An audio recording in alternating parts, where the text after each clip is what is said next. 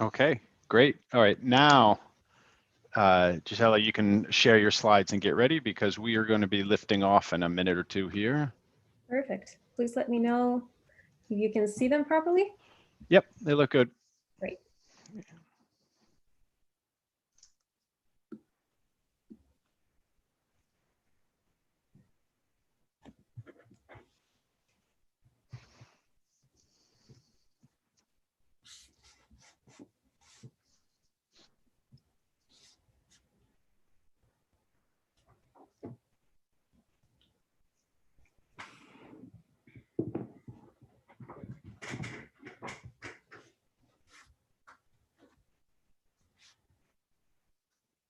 Okay, so then let's get going.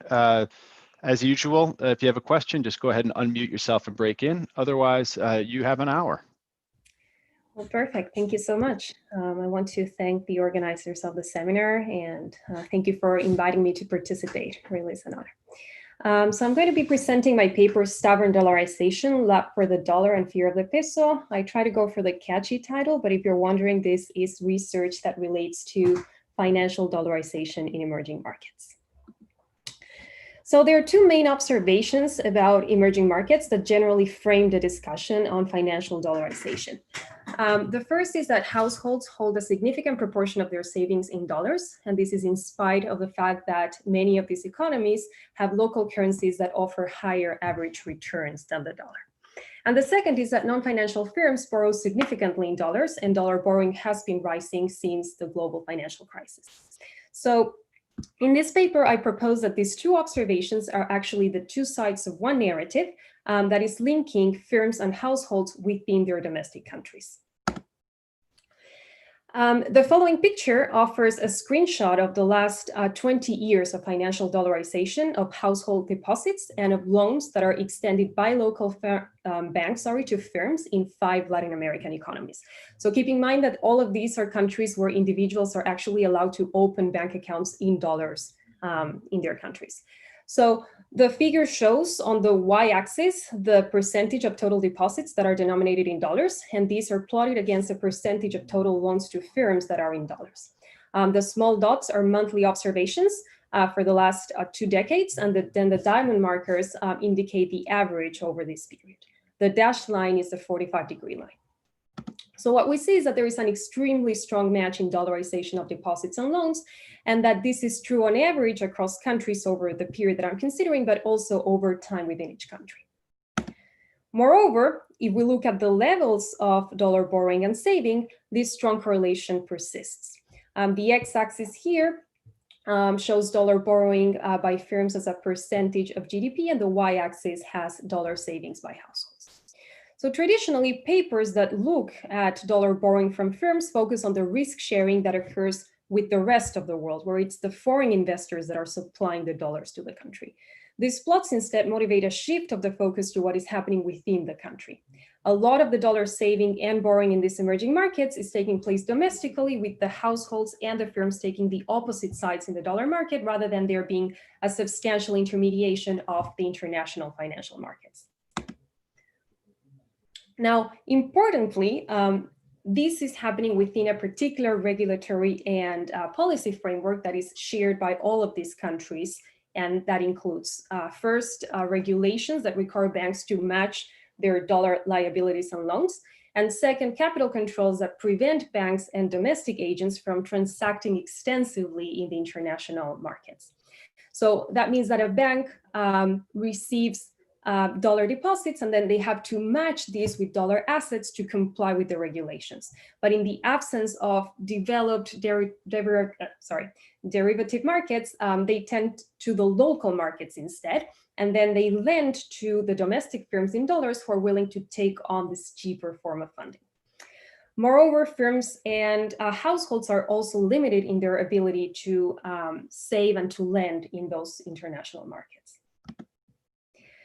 So with this motivating narrative, in this paper, I study how financial dollarization can arise in equilibrium as a within-country phenomenon, shifting in this way the focus from the literature from the international markets into the domestic markets of dollar and peso bonds.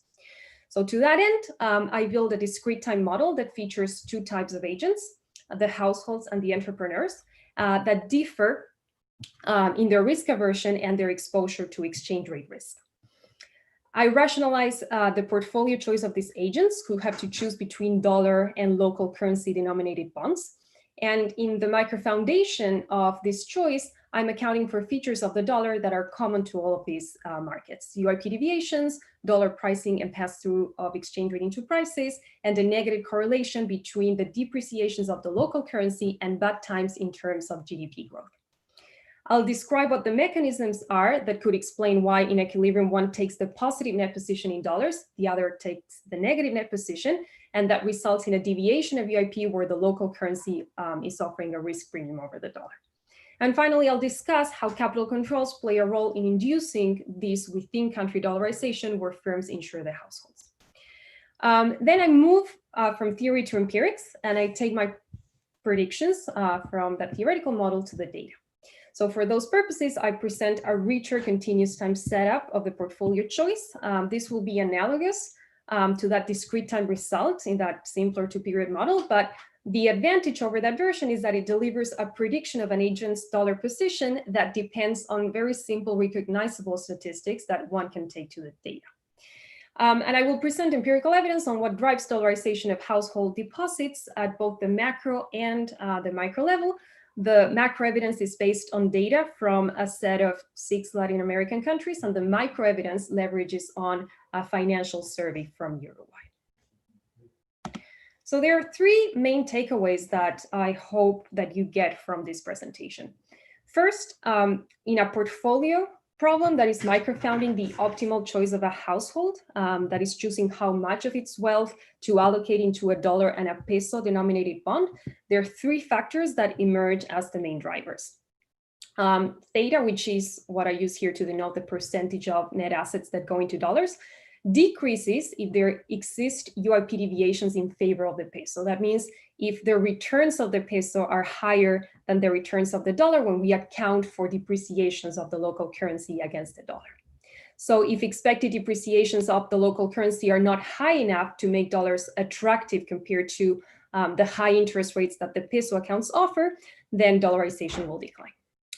Second, this data increases if there is high inflation risk that the agent wants to hedge against. So in other words, if appreciations of the dollar pass through into prices, the agent will tend to save more in dollars to preserve the real value of those savings.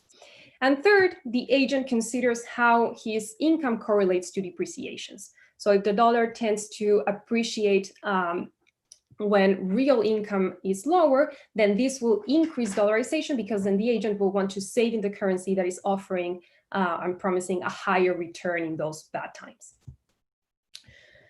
Now, these different drivers of dollarization have their empirical counterfactuals, counterparts, I should say, that are captured in these 3 following facts at the macro level. Just one question. Yeah, of course. Where are the banks on all this?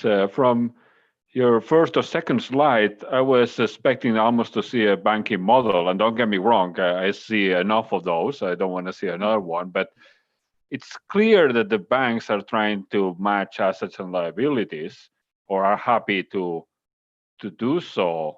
And you mentioned banking regulations, and now I don't see that in this formula, or doesn't seem to be in the model either, a banking sector. Yeah, so what I'm saying is that because of these banking regulations that force them to have to match their dollar assets and liabilities, I see the banks as merely these transaction vehicles between those households and firms, where the firms are insuring the households by taking on the dollar savings that the households want to offer those firms in debt.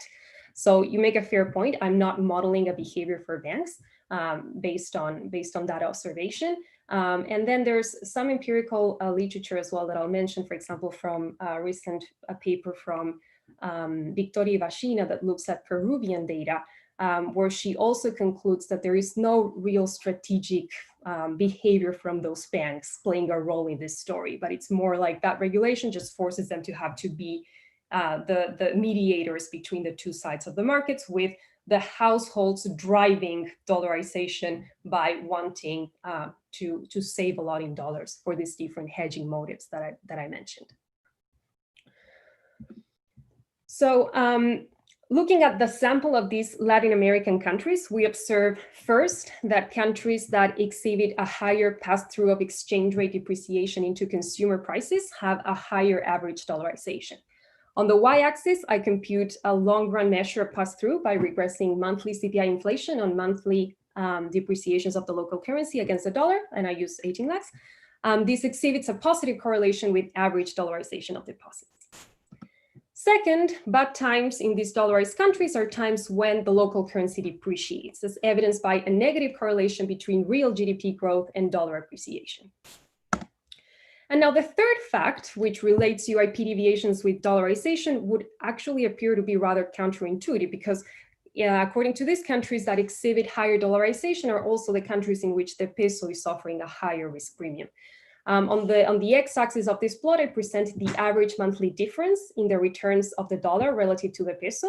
So here a negative value indicates that the peso offers a higher relative return, while a positive value is indicating that the dollar offers a higher return. Based on the expression of optimal dollarization that I introduced before, this negative relationship would seem counterintuitive because a higher return of the peso relative to the dollar should be pushing dollar demand down, not up.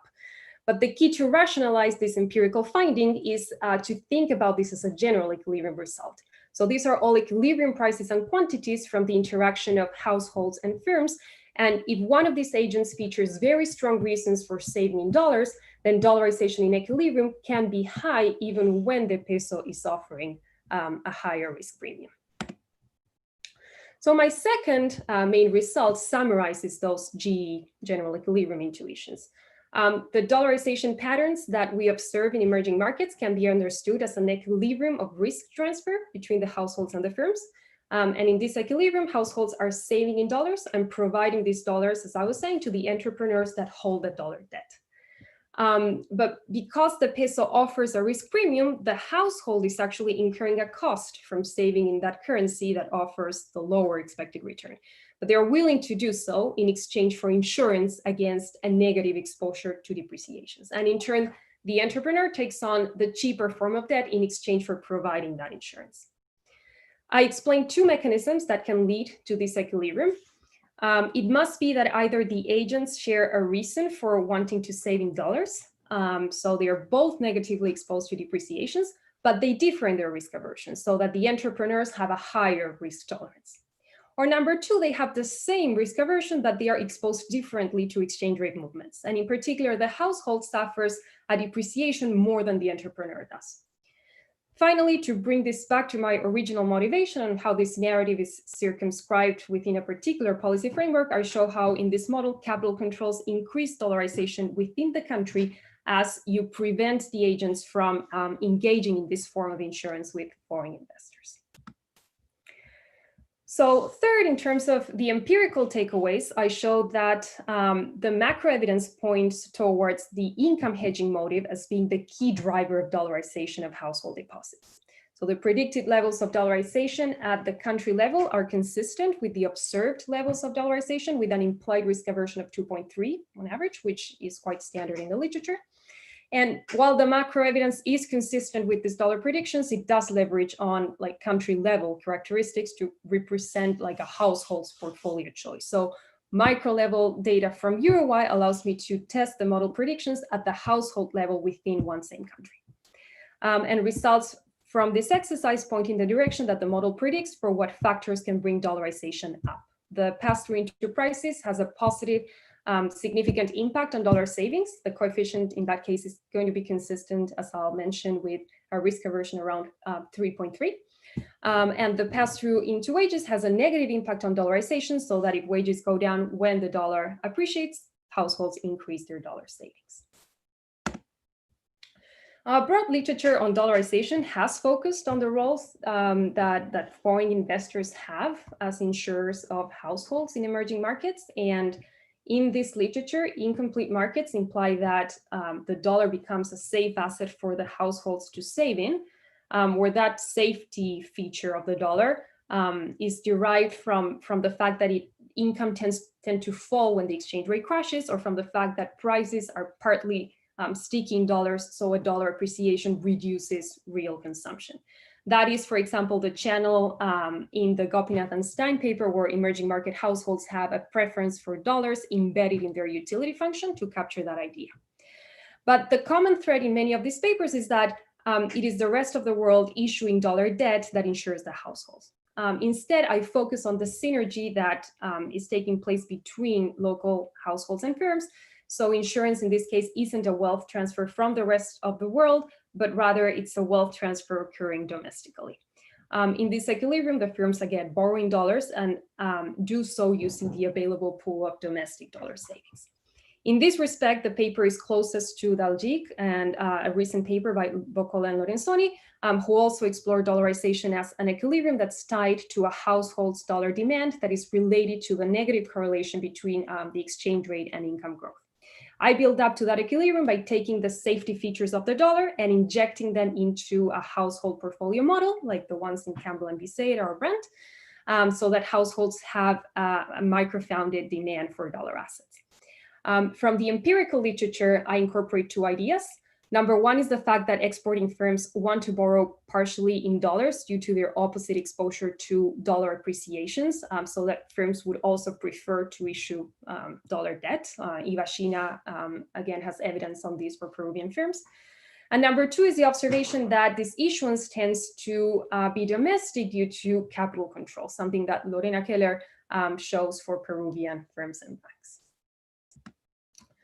So the rest of the presentation, I will proceed in the following way. First, I present the two-period model and the general equilibrium intuitions behind dollarization within countries. I discuss the optimal dollar demand for households and entrepreneurs, then the conditions for dollarization within the country. And third, I talk about the implications of introducing capital controls on the levels of dollarization. Second, I introduce the continuous time version of that same portfolio model and discuss the expressions and optimal dollar positions that I then can take to the data. And third, I present the empirical evidence at the macro and at the micro level. So the simple discrete time model features two periods. In period 0, the agents are born with some non-negative level of wealth in pesos and choose how to allocate it into bonds. In period 1, they receive some stochastic endowment and they consume. There are three goods that are available for consumption. A domestic non-tradable good is the numerator and has endowment Y and T, and units of this good are going to represent the pesos in the economy. A domestic tradable good has price PH and endowment YH. And a foreign tradable good has price epsilon PF, where PF is the price of the imported good in terms of non-tradable foreign units. And those non-tradable foreign units are what represent the dollars. So the exchange rate epsilon is converting dollars into pesos, and a higher epsilon therefore represents a dollar appreciation or local currency depreciation in this model. Households and entrepreneurs receive an endowment in period 1 of domestic goods, and gamma represents their risk aversion, and we allow this to differ across the agents. And finally, there are two bonds available to the agents, one denominated in dollars and one priced in pesos.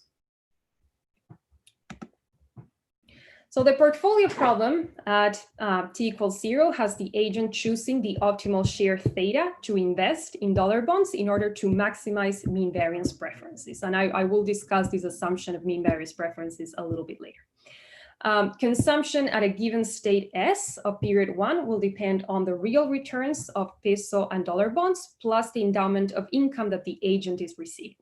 The real returns show how many units of consumption at t equals 1 are obtained from investing a unit of consumption at t equals 0 into each one.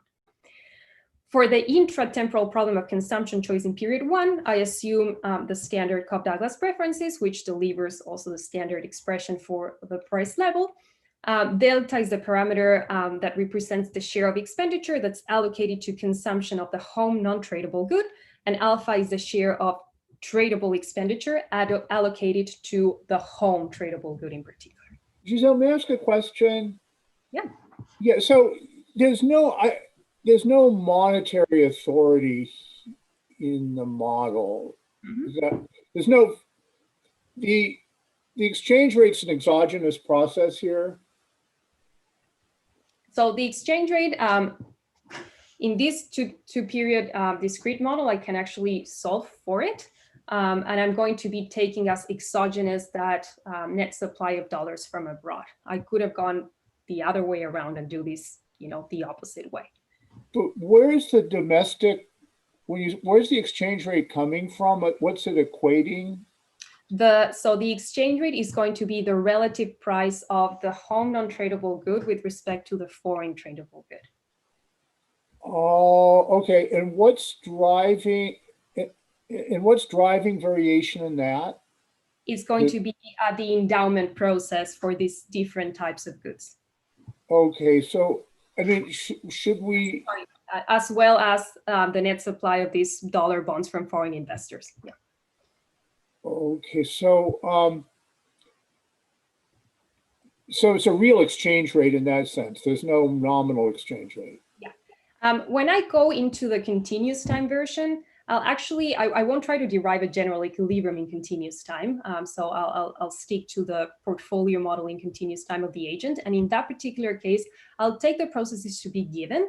It will become way more clear how nominal and real variables differ between one another and how one can take that to the data.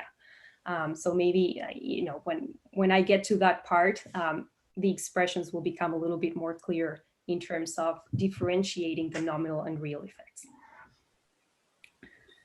Thank you. Sure. So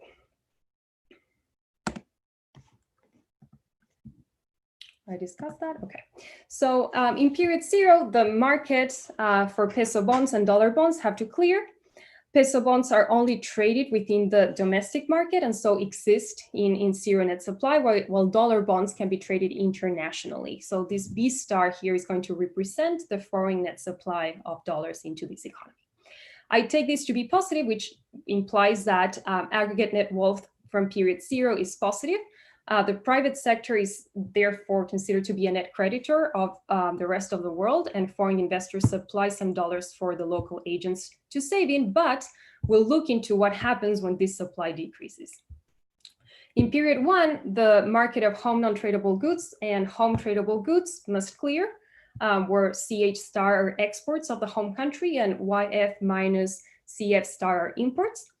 Demand for consumption goods, local and foreign, adopt the typical functional form, as I was saying, for the Marshallian demands derived from Cobb-Douglas preferences. And finally, the trade balance indicates that exports can exceed, the imports, I should say, can exceed exports in an amount that is equal to the period 1 aggregate net savings. So an equilibrium is defined by a set of bond prices, the price of tradables PH and PF, the exchange rate, so we were mentioning epsilon, asset and consumption choices such that the agents maximize utility and markets clear. We can derive closed form expressions for 4 of our 5 prices. The equilibrium exchange rate, the relative price of the foreign non-tradable with respect to the home non-tradable, is increasing in the endowment of home non-tradable and decreasing both in the endowment of foreign non-tradable and in the net supply of dollars from abroad. The intuition is quite straightforward. As Y and T star from period 1, or the net dollar savings of the country from period 0, which is B star, decrease, then and dollars will become more scarce and the price of the dollar will increase. An exchange rate depreciation will pass through into the general price level, both through the effects on the price of the home good PH and on the foreign tradable goods expressed in pesos, so that epsilon times PF. And finally, we have that the price of the dollar bond increases when the net supply declines, and this decreases the dollar interest rate. The price of the peso bond is the one that has to be derived implicitly from the market clearing conditions of the bonds. The return of the peso bond can be shown to decline together with the decline in the availability of the savings instruments. And I will derive some conditions that tell us when we should expect to find that the peso offers a risk premium over the dollar. And I'll show you in a numerical example how a decrease in the net supply of foreign bonds can actually reinforce those UIP deviations. So from this model, we derive 3 main intuitions. Number 1, The optimal share of wealth, here expressed in real terms, T equals 0, that an individual can is willing to allocate to dollars is a function of 3 terms. The first term shows that the agent will choose a lower level of dollar savings if the local currency offers a higher expected return, but it decreases with the variance of the relative returns of UIP. The extent to which the individual will care about those UIP deviations depends on the risk aversion. The more risk averse the agent is, the less sensitive she is about these relative returns.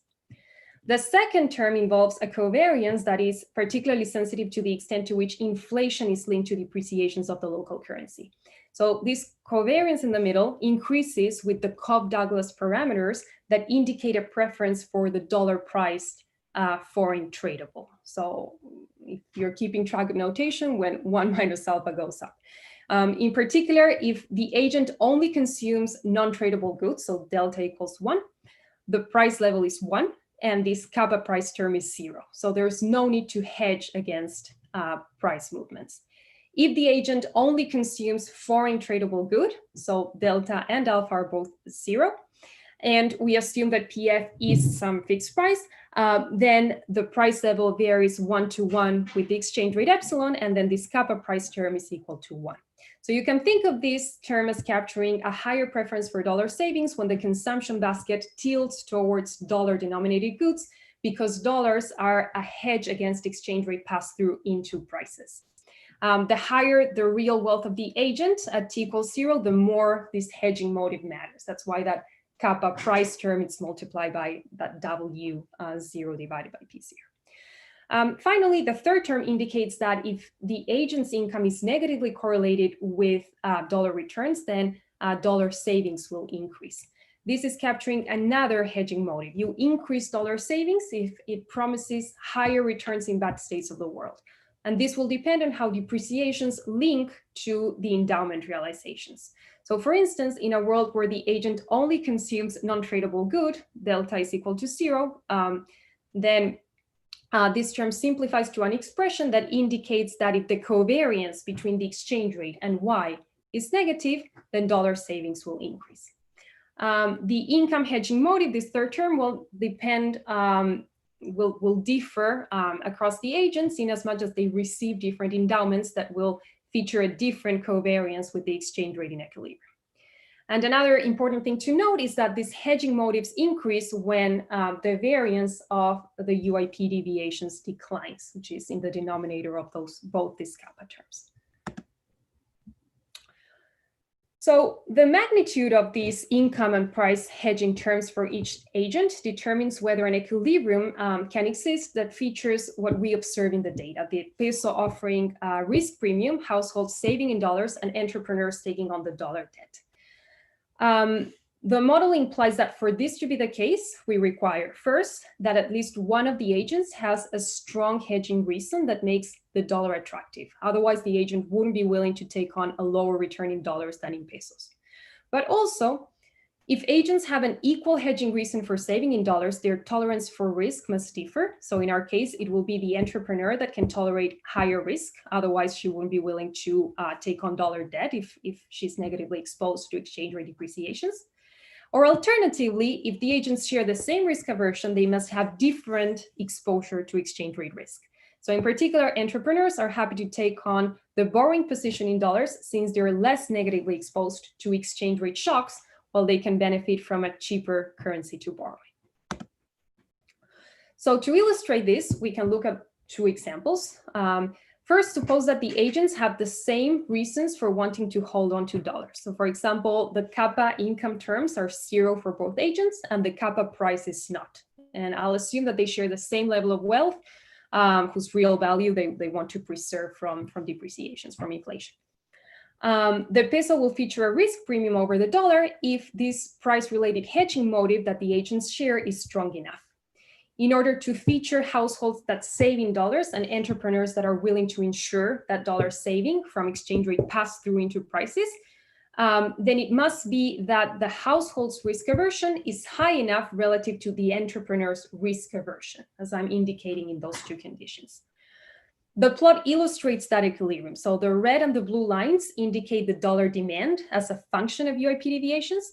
A positive value again for UIP means that the dollar offers a risk premium over the peso. So dollar demand is going to be increasing in this return differential. The blue line is flatter than the red line because the household has a higher risk aversion, and so she's less sensitive to those return differentials. And the hedging motives are shifting these demand curves up. So to pin down the equilibrium, we know that the sum of the wealth invested in dollars of each agent has to equal the value of the net dollar supply expressed in pesos. Now, second, suppose that instead they share the same risk aversion, but they have different hedging motives. So in particular, their income exposure is different, so that the kappa income terms differ.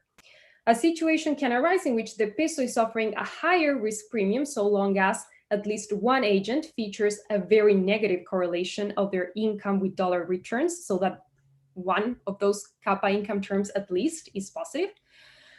For the household to be willing to take on dollar savings in spite of the lower returns, she must have a strong income hedging reason, sufficiently larger than the entrepreneurs.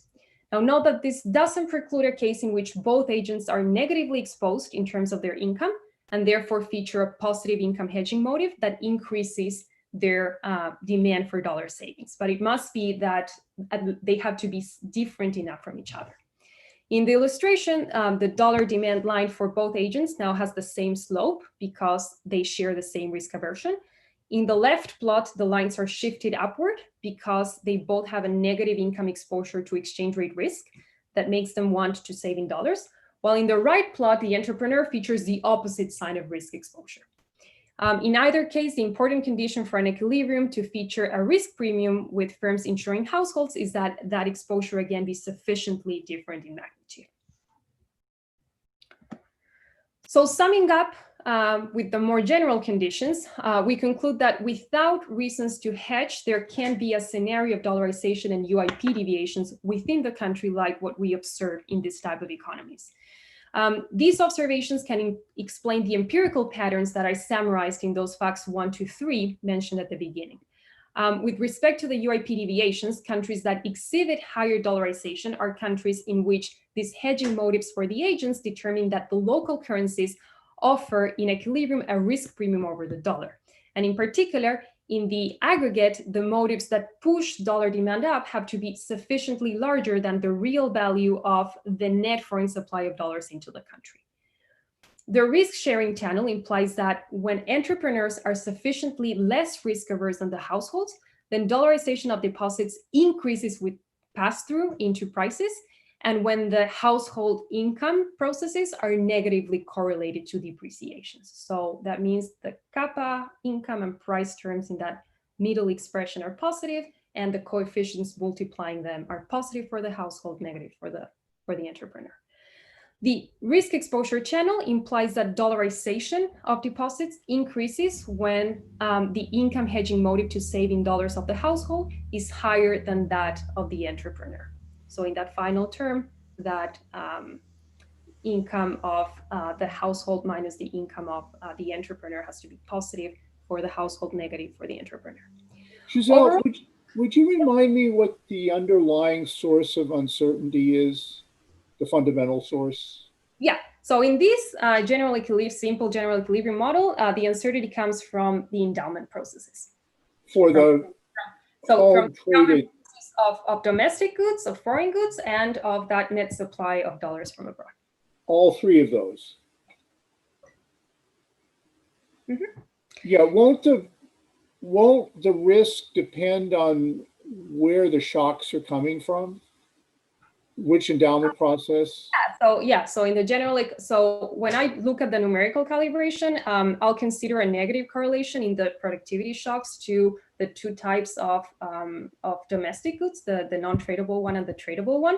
And that is buying me the fact that their income exposure to exchange rate risk will have opposite sign between entrepreneurs and households. Yeah.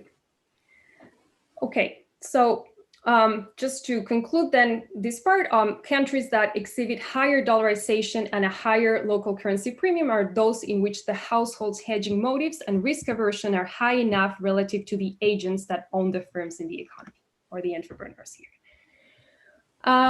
So the third takeaway from this simple model is that the presence of these hedging terms leads to dollarization when capital controls restrict the foreign supply of dollars, so that B star term. Capital controls in this model are seen as a restriction in that net supply of dollars from abroad. An interesting theoretical case is that of financial autarky, in which the country must keep a balanced trade. So one can show that a country with financial autarky can still feature dollarization. In this case, both bond markets clear within the country. So this implies that aggregate wealth is zero. And given that we assume that agents don't hold negative wealth, that means that their net savings are zero. But this doesn't preclude them from being able to take on debt in one currency and saving in the other currency. In particular, the entrepreneur is willing to take the negative position in dollars if she holds a weaker income hedging reason for saving in dollars relative to the household. Once again, just to insist, this doesn't preclude a case in which both agents have a reason to save in dollars to insure against negative income movements. So the kappa income is positive for both agents, but it does require that the household's motive be stronger, and even more if the entrepreneur doesn't have a higher enough risk tolerance compared to the household. So in this scenario, even if the agents cannot engage in financial transactions with foreign investors, dollarization within a country arises from risk sharing across the domestic heterogeneous agents. So we can look at what happens in an intermediate case in which there is some net supply of dollars from abroad that decreases. In this model, that means a decrease in B1 star. These plots show the numerical results from a simple calibration. Suppose that for the sake of brevity, I will stress only some things about this calibration. One is that I abstract from any forces generated by differences in wealth by assuming that each agent holds half of aggregate wealth from period zero. And I also assume, as I was saying before, that there's a negative correlation between the productivity shocks of non-tradable and tradable endowments, which is what generates the different income covariance with dollar returns based on what endowment the agent perceives. So these four plots are showing on the top left what happens to UIP deviations as the foreign supply of dollar bonds declines. Again, here, negative UIP means that the peso has a risk premium over the dollar. On the right, we see what happens to the variance of those deviations. Then on the bottom left, I show the dollar demand of the household in blue and of the entrepreneur in red. And finally, on the bottom right, I show the hedging terms kappa price in green, which is the same for both agents, and the income hedging terms in blue and in red, which for this calibration is positive for the household, negative for the entrepreneur. And then the solid lines show the results when we assume a same risk aversion of 2 for both agents, and the dashed lines indicate what happens when the household's risk aversion is increased. I think I did for 6, yeah, I tripled it. So we observe that a lower supply of dollars from abroad strengthens the income hedging motives that the household has for saving in dollars and that the entrepreneur has for borrowing in dollars. And this mainly comes about via a decrease in the variance of the UIP deviations, the denominators of the kappa terms. The households have a stronger hedging reason to save in dollars, and this should be pushing the relative return of the dollar down. But the entrepreneurs are now more willing to borrow in dollars, which acts in the opposite direction. In equilibrium, the stronger risk exposure of the households through income is what results in an increase in average UIP deviations in favor of the peso, which also further motivates a higher dollar borrowing of the entrepreneur, even if she is exposed to pass-through into prices just as much as the household is. So in essence, domestic dollarization then is higher. The dotted line. Can I ask a question here?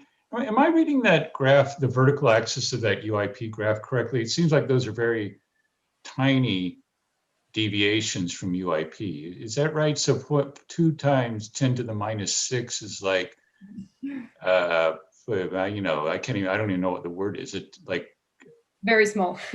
Yeah. Yeah, no, absolutely. I wouldn't take away much from the numbers itself. Like this is more, I want to stress the qualitative features rather than the quantitative features of this particular calibration. Yeah, I'm just bringing this up because, you know, I mean, kind of this CAPM stuff. One of the reasons it kind of died out from the 1980s was because of this thing right here, that you couldn't really explain big deviations from UIP. And so people went to kind of non-standard, very non-standard preferences. And I'm just wondering if maybe that would be a way you would want to go, because, you know, you kind of need, if it's really a risk premium, you really need to get the kind of UIP deviations we see, you really need to jack up risk aversion. I mean, here, you know, you need it to be like 2000 or something, not 2. So, I mean, you know, you might want to think about that kind of thing. Yeah, fair comment. Thank you. Then just to finish up with this particular slide, the dotted lines assume a higher risk aversion for the household. The household is less sensitive to UIP deviations with a high risk aversion. So whatever deviation exists tends to increase. And in particular, when the net supply of dollars is low enough, we have that peso risk premium becomes larger, which is in line with the comment that we just made. Okay, so the appeal of this mean variance preferences is that it is able to capture the trade-off between expected return and risk in a way that is tractable for a general equilibrium model.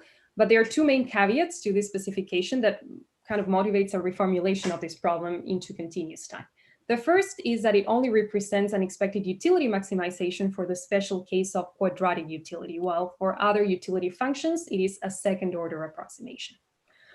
Moreover, it is inherently a single period problem, whereas we think of most investment problems as involving longer horizons with intermediate portfolio rebalancing. And so for the purposes of taking these model predictions on the optimal level of dollarization to the data, I reformulate the portfolio problem, as I was saying, in continuous time. And that has 2 advantages. One will find an analogous expression for that optimal share of wealth invested in dollars, but where the hedging terms are very clear functions of risk aversion, pass-through into prices, and pass-through into income and wage, and there's no confusion between real and nominal. And this is also a more flexible framework that can be extended to account for other potential drivers of dollarization, like inflation indexed assets or exchange rate jumps, which I might get to or not, depending on time. In this continuous time formulation, the agent has CRRA preferences with a risk aversion of gamma and maximizes expected discounted utility subject to a budget constraint, where in this case, the budget constraint is showing you how wealth evolves, wealth again expressed in pesos. Theta, again, is the share that's invested in dollars. The DQ over Q terms are the net returns of the bonds in pesos. And Y is some share of wealth that the agent perceives as income in each period.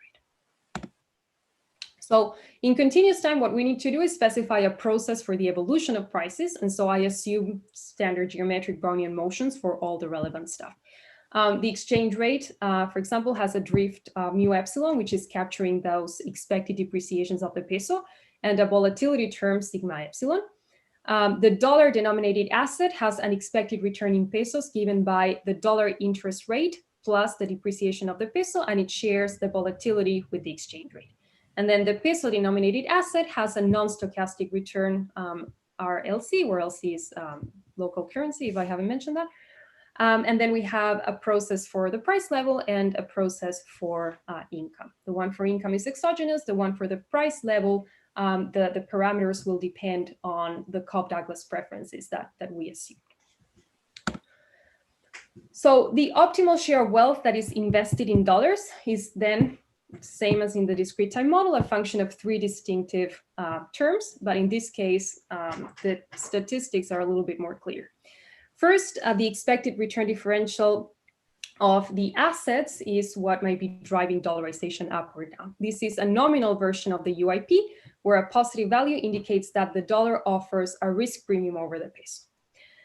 Second, the dollar serves as a hedge against pass-through of exchange rate movements into prices. So in particular, under Cobb-Douglas preferences, it becomes clear how this pass-through depends on the share of consumption expenditure that goes into the foreign tradable goods and into the home tradable goods.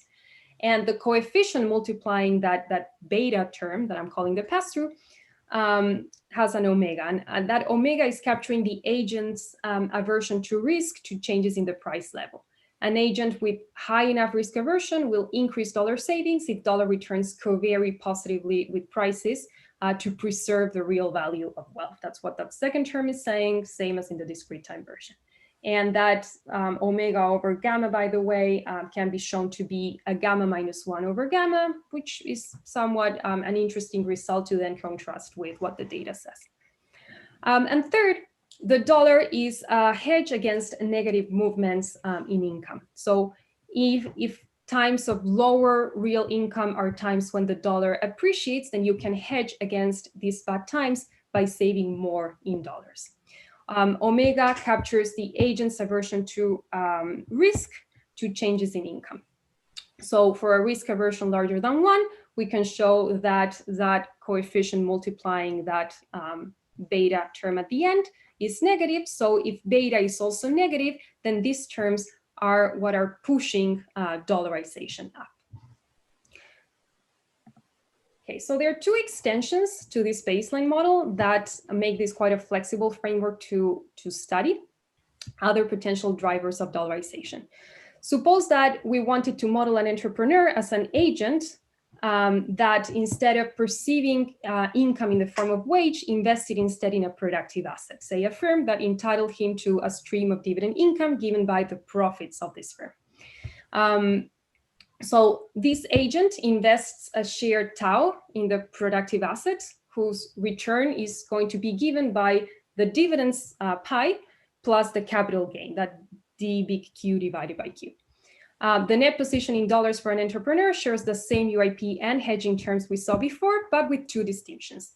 There is a 4th term that is capturing the fact that the productive asset can partly substitute investment in dollars if it has a return that is correlated to the return of the dollar. And second, there is now an income hedge. The income hedge has been replaced by a dividend hedge that depends on the correlation between the profits of the firm and the exchange rate. So for example, an exporting firm that prices in dollars would feature a positive correlation that's pushing this data to be negative. And indeed, evidence shows that non-financial firms are net borrowers in dollars, and this negative position is larger for those firms that are exporters. So in this plot, I show the average theta for a representative sample of firms in 4 Latin American countries, based on data that was gathered by the IDB for the period 1990, I think, to early 2000s. Both exporting and non-exporting firms hold negative positions, but for exporters, which are the orange bars, this data is larger in magnitude, more negative. And this is consistent with the model predicting that if entrepreneurs own firms that tend to have profits that correlate positively with the exchange rate, then they have an additional reason for shorting the dollar on top of the UIP deviations in favor of the local currency.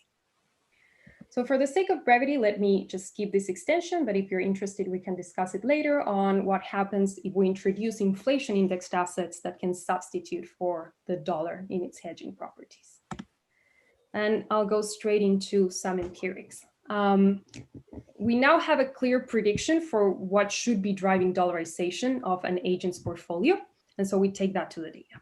The 6 Latin American countries in my sample present quite a rich heterogeneous example because they have different levels of deposit dollarization and UIP deviations.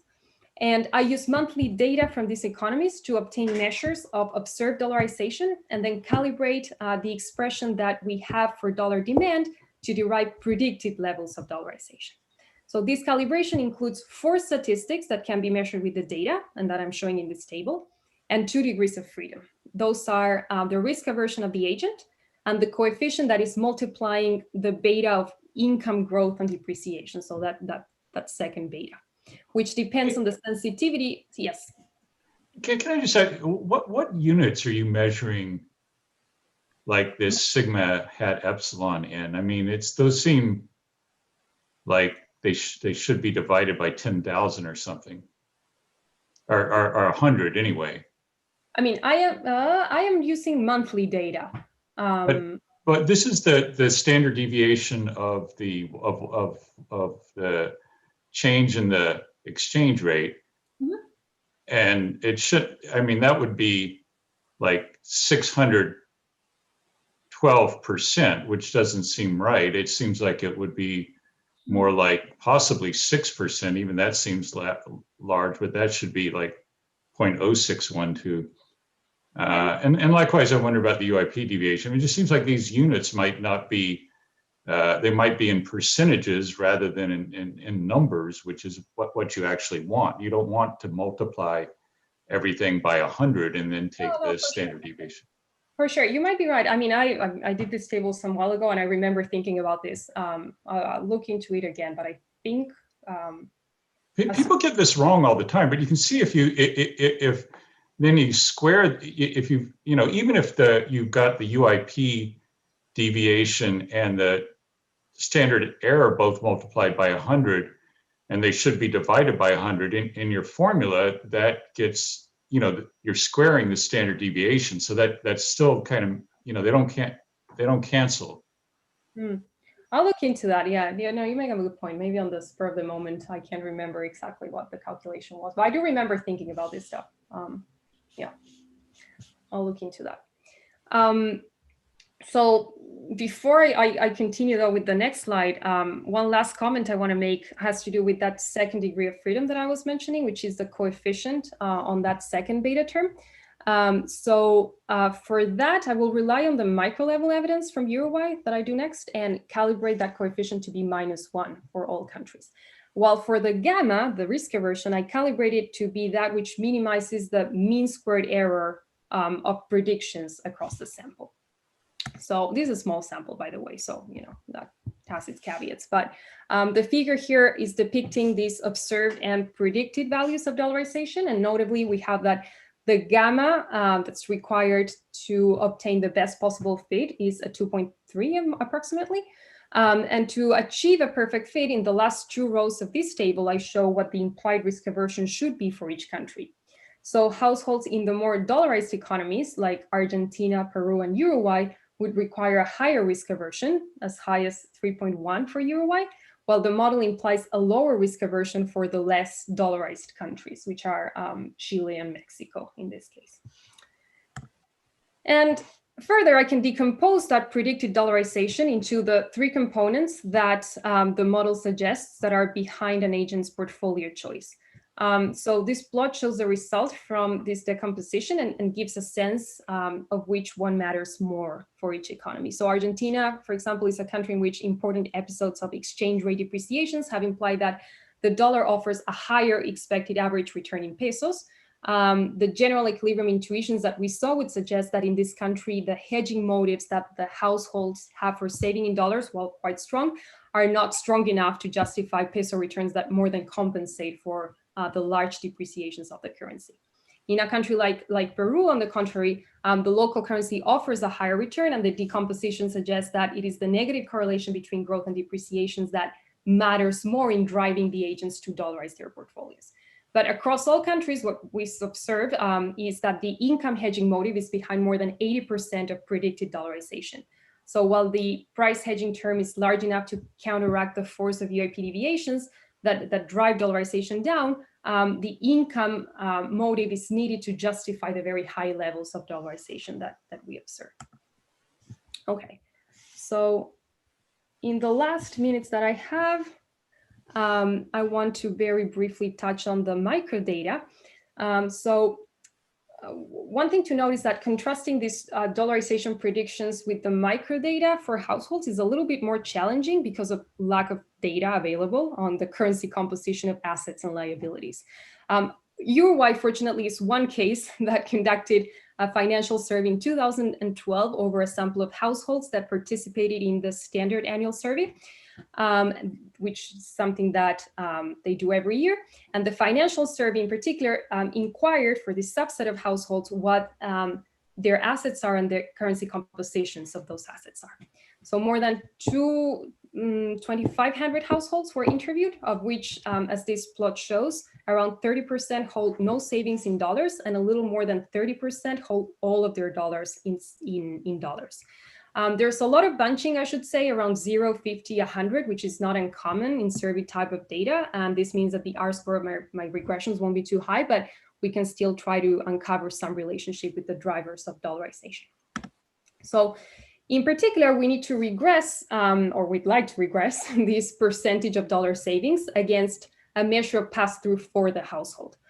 To that end, what I do is I draw from the expenditure and income survey from 2016 that has data on expenditure by category of goods and services, and also asks many of those same questions from the standard household survey from 2012.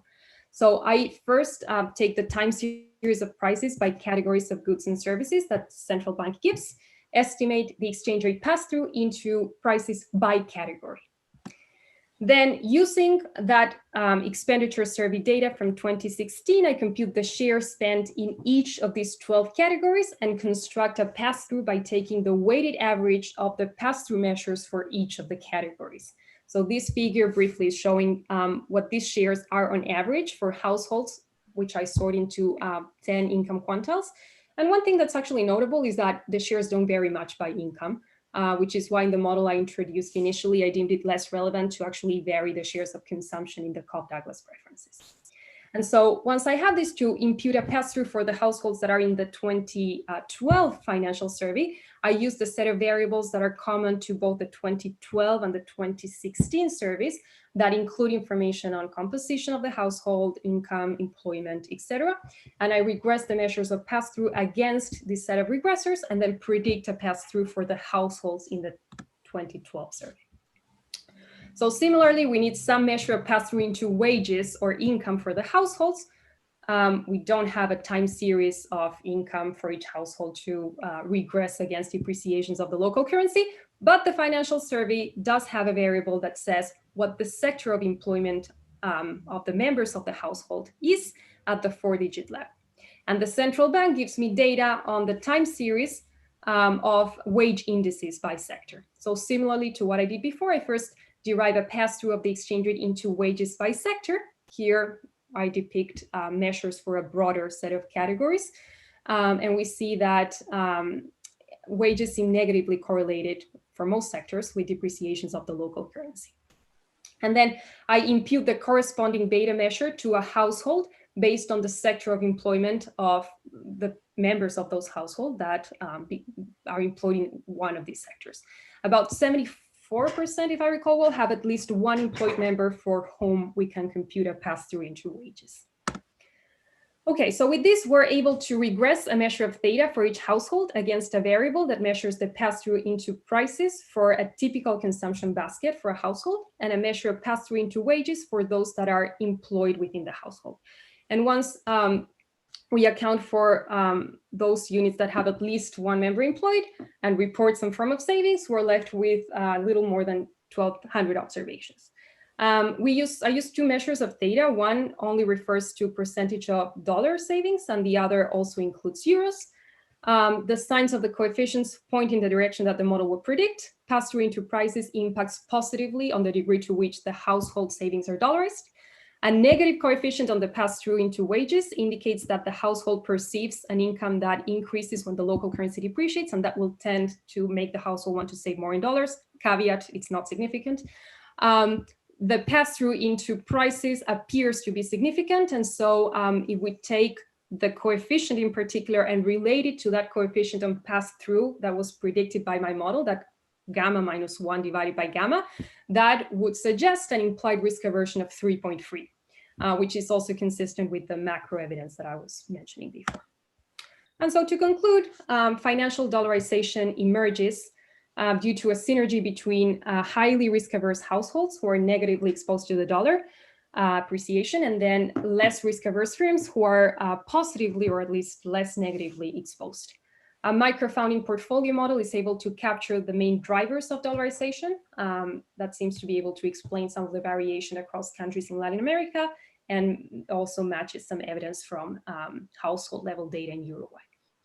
Capital controls can increase the variance of UIP deviations, reinforcing those hedging motives for saving in dollars, which decreases the average risk premium of the peso and domestic dollarization. And then I have some interest in doing research in progress that pertains to the normative implications of this theory. So in particular, I want to look at the costs and benefits from allowing dollarization, flexible exchange rates, and how that interacts with the imposition of capital controls. And that was supposed to be a thank you, but it says appendix, but thank you. Very good, thank you. Okay, so we're leave the stream open for people to ask questions. We have sort of no one now following up, so we can just sort of leave the stream open for people to talk, both with Giselle or with anybody else. I guess we'll just kind of leave it open. And then oh yeah, go ahead, Mike. Yeah. I was gonna so like I want like a simple story in my head. So I have a bunch of family in Argentina. I'm not Argentine, by the way, but long story. But so those guys, they're always worried about, the government's going to screw everything up, and they do it. I mean, rightly so. So they're always trying to save in dollars all the time. And then if you talk to these guys, they'll say things like, when there's a big depreciation, who gets, who wins out is it's these guys. It's not that they win out, that there are these wealthy guys out there in Argentina that they're willing to, issue the debt in dollars. And so that's basically like what your story is, that there's the entrepreneurs, they're willing to buy or take the other side of the guys who want to hold the dollars in the country, right? Mm-hmm. And then it's just those two motives, that's why they want to dollarize, that they're okay with that. Is that the story, or? That's the main part of the story. I think that maybe your question is pointing to, what about the institutional factors? Well, I mean, it's not. I definitely understand, and I can relate to everything you just said. And I guess my point is, those come through, those materialize in this model in those hedging reasons that the agents have for wanting to hold so stubbornly to the dollar in the case of the households. I'm not trying to endogenize why there is that negative correlation between their income and depreciations of the peso, of the Argentinian peso against the dollar. And in trying to explain that, obviously, all these institutional factors matter a lot. But you got it right. Like, in the sense of the idea is, I'm trying to bring the attention to the fact that there's this very, very, very strong correlation between how much the Argentines want to save in dollars, and whether firms within Argentina that are domestic firms, which might be hedged naturally against dollar fluctuations because they export, or they might not be. A lot of these economies, a lot of firms are taking on dollar debt just because it's cheaper, sometimes they say there's like backdoor ways that those companies are actually profiting off this stuff. So I mean, that's more of a more institutional thing, but I don't know if that's true either. I don't even speak Spanish, but they just yeah, this gets kind of strange, like how I'm just like interpolating these stories that these guys tell me. But one interesting aspect about Argentina that recently somebody brought up, and it's true. Somebody was asking, but aren't people trying to find ways of hedging their income against that dollar depreciation, but maybe asking their employers, can you dollarize my salary? And it's actually what's happening. You're seeing that a lot of people, but they have to be employed, obviously, with firms that have they're multinationals or something of the sort, and they have the ability to, open bank accounts for these agents abroad. But those who can are actually doing that. Yeah. So Giselle, let me just follow up on that a little bit. I mean, everything we talked about in your model was assuming some sort of commitment and no default. And so I worry a lot that, with a big devaluation, that one side of the market just can't pay and they're just going to default. And then that pushes you into an entirely different portfolio. I remember these stories of people in Argentina buying cars instead of, putting money in the bank. And so, when you look at the whole portfolio, people are looking for hedges everywhere, and this seems like a very, I think it's all the mechanisms are right, clear, but I just wonder, like, for the really big shocks where you're really worried about your not having your assets when your income is down, like if there's some other asset that they're going into.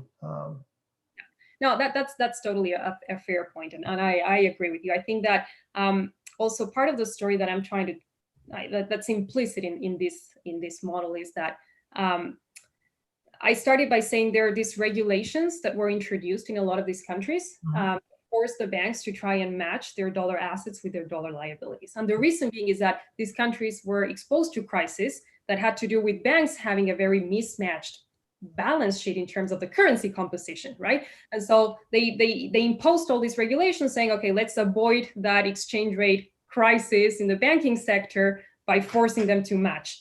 And then here I'm telling you, well, wait a minute, be careful, because the banks now might be matched, but now the currency mismatch is in the firms, and then there's the risk of default from those firms towards the bank. So I definitely agree with you. I haven't incorporated that default risk of the firms into the model, but it's a fair point. Yeah.